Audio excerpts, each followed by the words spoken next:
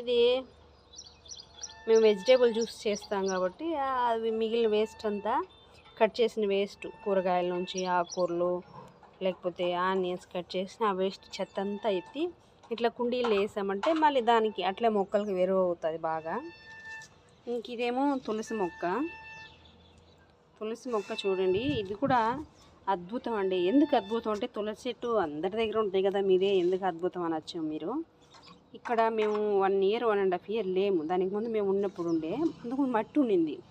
మళ్ళీ తర్వాత ఈ పని అంతా అయిన తర్వాత ఏం చేశానంటే మొత్తం ఇంటి ముందు ఇట్లా అరుగు ఉండాలి ముగ్గు వేసుకోవడానికి దానికని వేసినప్పుడు కూడా చుట్టూ దానికి సిమెంట్ వేసేసాను.